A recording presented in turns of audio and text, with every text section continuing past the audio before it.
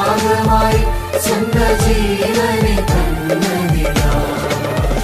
ഞാൻ സങ്കേതമായി എന്റെ കൂടെയുണ്ട്, അവൻ മാത്രമൻ നല്ലിടയൻ. തിരുക്കരങ്ങളാൽ അനുദിനം നടത്തുകയാ, കൃപയാൽ കൃപയാൽ ദൈവകൃപയാൽ ഞാൻ ജീവിക്കുന്നു. കൃപയാൽ കൃപയാൽ ദൈവകൃപയാൽ ഞാൻ ജീവിക്കുന്നു. മിഷൻ 7-ന്റെ എല്ലാ പ്രേക്ഷകർക്കും കർത്താവ് യേശുക്രിസ്തുവിൻ്റെ നാമത്തിലുള്ള സ്നേഹവന്ദനം.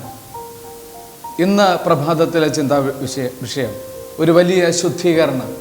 അതിനാധാരമായി 2 പത്രോസിൻ്റെ ലേഖനം 3-ാം അധ്യായം 10-ാമത്തെ വാക്യം ഇപ്രകാരം രേഖപ്പെടുത്തിയിരിക്കുന്നു: കർത്താവിൻ്റെ ദിവസമോ കള്ളനെ പോലെ വരും, അന്ന് ആകാശം കൊടുമുഴക്കത്തോടെ ഒഴിഞ്ഞു പോകും, മൂലപദാർത്ഥങ്ങൾ കത്തിയഴിയും, ഭൂമിയും അതിലുള്ള പണികളും വെന്തുപോവുകയും ചെയ്യും. നമ്മുടെ ഭവനവും പരിസരവും ടോയ്ലറ്റൊക്കെ വൃത്തിയാക്കാൻ ഒരാവശ്യം വരുമ്പോൾ വിവിധങ്ങളായ അതിൻ്റെ ഉപകരണങ്ങളെക്കുറിച്ച് നമ്മൾ എഴുതിയാൽ വലിയൊരു ലിസ്റ്റ് തയ്യാറാക്കാൻ കഴിയും. എന്നാൽ നമുക്ക് അത്യാവശ്യമായിരിക്കുന്നത് അതിൻ്റെ പ്ലംബിങ്ങോ മറ്റുപകരണങ്ങളോ ചീത്തയാകാതെ വൈറസുകളുടെ നാശത്തിനും നല്ല ദുർഗന്ധം മാറി സുഗന്ധമുണ്ടാകണം, നല്ല വൃത്തിയായിരിക്കണം, പാടുകളും കറകളും എല്ലാം മാറിക്കിട്ടണം. കർത്താവ് യേശുക്രിസ്തുവിൻ്റെ സഹസ്രാബ്ദ വാഴ്ച കഴിഞ്ഞ് ഭൂമിയിലേക്ക് മടങ്ങി വരുന്ന വരവിൽ ഈ ഭൂമിയെ ദൈവം ശുദ്ധിയാക്കുന്നു. പാപത്തിൻ്റെ അധീനതയിൽ ആയിരിക്കുന്ന ഭൂമിയെ ശുദ്ധീകരിക്കുവാൻ ദൈവം ആഗ്രഹിക്കുന്നു. ദൈവം ശുദ്ധീകരിക്കുവാൻ ദൈവം ആഗ്രഹിക്കുന്നത് അഗ്നിയാലാണെന്ന് 2 പത്രോസ് ലേഖനം രേഖപ്പെടുത്തിയിരിക്കുന്നു. ദൈവം സ്വർഗീയ അഗ്നിയാൽ ഈ ഭൂമിയെ ശുദ്ധീകരിക്കുവാൻ പോകുന്നു. അവിടെ ഇങ്ങനെ രേഖപ്പെടുത്തിയിരിക്കുന്നു: മൂലപദാർത്ഥങ്ങൾ കത്തിയഴിയും, എല്ലാ പണികളും വെന്തുപോകും, വേരും കൊമ്പുമില്ലാതെ സകലതും നശിച്ചു പോകും എന്ന് രേഖപ്പെടുത്തിയിരിക്കുന്നു. കർത്താവിൻ്റെ ദിവസത്തെ സംബന്ധിച്ചിടത്തോളം പത്രോസ് രേഖപ്പെടുത്തിയിരിക്കുന്നതിലൂടെ ഈ ഭൂമിയെ ഒരു വലിയ ശുദ്ധീകരണത്തിലൂടെ കർത്താവ് പുനഃസൃഷ്ടിക്കുവാൻ ആഗ്രഹിക്കുകയാണ്.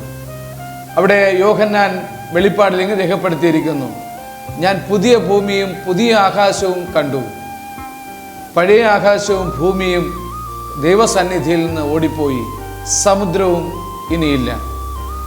അങ്ങനെ പുതിയ ആകാശവും പുതിയ ഭൂമിയിലും വസിക്കുവാൻ പാപവിമുക്തമായ ഒരു സമൂഹത്തെ ദൈവം ഈ കാലഘട്ടത്തിൽ വാർത്തെടുക്കുവാൻ ദൈവം ആഗ്രഹിക്കുന്നു. മാനസാന്തരപ്പെട്ട് വിശ്വാസത്തിൽ ജീവിക്കുന്ന ദൈവപൈതലെ, ഇന്ന് പ്രഭാതത്തിൽ ഈ പ്രഭാഷണം ശ്രദ്ധിക്കുന്ന നിങ്ങൾ നമ്മുടെ ജീവിതത്തെ ഒന്ന് പുനഃപരിശോധിക്കേണ്ടത് അത്യന്താപേക്ഷിതം. നമ്മുടെ ജീവിതത്തെ കളങ്കപ്പെടുത്തുന്ന, അല്ലെങ്കിൽ ആ പുതിയ ഭൂമിയിലും പുതിയ ആകാശത്തിലും ദൈവത്തോടൊപ്പം വസിക്കുവാൻ ആഗ്രഹിക്കുന്ന ഏക മാനദണ്ഡം നമ്മെ ഈ ലോകത്തെ കളങ്കപ്പെടുത്തുന്ന പാപജീവിതത്തിൽ നിന്നൊരു മാറ്റം നമുക്ക് ആവശ്യമാണ്. അത് കർത്താവ് യേശുക്രിസ്തുവിലൂടെ നിവർത്തി ചെന്നു. തൻ്റെ വിലയേറിയ രക്തത്താൽ, കാൽവരിയിലെ യാഗത്താൽ സകല മനുഷ്യരുടെയും പാപപരിഹാരത്തിനായി കർത്താവ് യേശു നമുക്ക് വേണ്ടി യാഗമായി തീർന്നു. അങ്ങനെ പാപം ക്ഷമിച്ച് വിശുദ്ധീകരിക്കപ്പെട്ട ഒരു വിശുദ്ധ ജനമായി തീരുവാൻ കഴിയുന്ന വിധം ജീവിതത്തിൽ പ്രത്യാശയോടെ മുൻപോട്ട് ജീവിക്കുവാൻ ദൈവം നമ്മേവരെയും ആഹ്വാനം ചെയ്യുന്നു. ഒരു വിശുദ്ധീകരിക്കപ്പെട്ട ജീവിതമാണോ നമ്മുടേത്?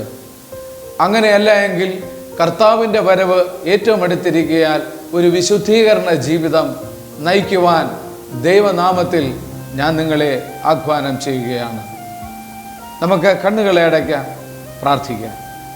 പരിശുദ്ധനായ സ്വർഗീയ കർത്താവേ, അങ്ങയുടെ വരുവിങ്കൽ കർത്താവെ 1000 ആണ്ട് വാഴ്ചയ്ക്ക് ശേഷം ഈ ഭൂമിയിൽ അങ്ങ് ഈ ഭൂമിയിൽ കടന്നു വരുമ്പോൾ ഈ ഭൂമി പുതിയ ആകാശവും പുതിയ ഭൂമിയും സൃഷ്ടിക്കപ്പെടും.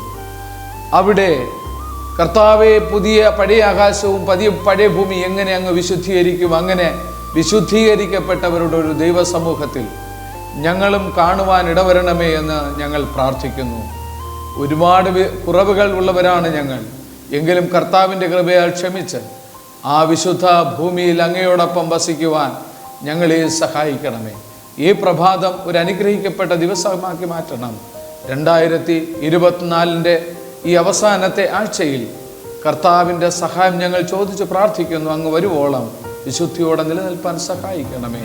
ഇന്ന് ഞങ്ങൾക്ക് ആവശ്യമായ എല്ലാ നന്മകൾ തരും. യേശുക്രിസ്തുവിൻ്റെ മഹത്വമുള്ള നാമത്തിൽ ചോദിച്ച് പ്രാർത്ഥിക്കുന്നു. കേൾക്കണമേ സ്വർഗീയ വാഴ്ത്തപ്പെട്ട നല്ല ദൈവമേ. ആമേൻ.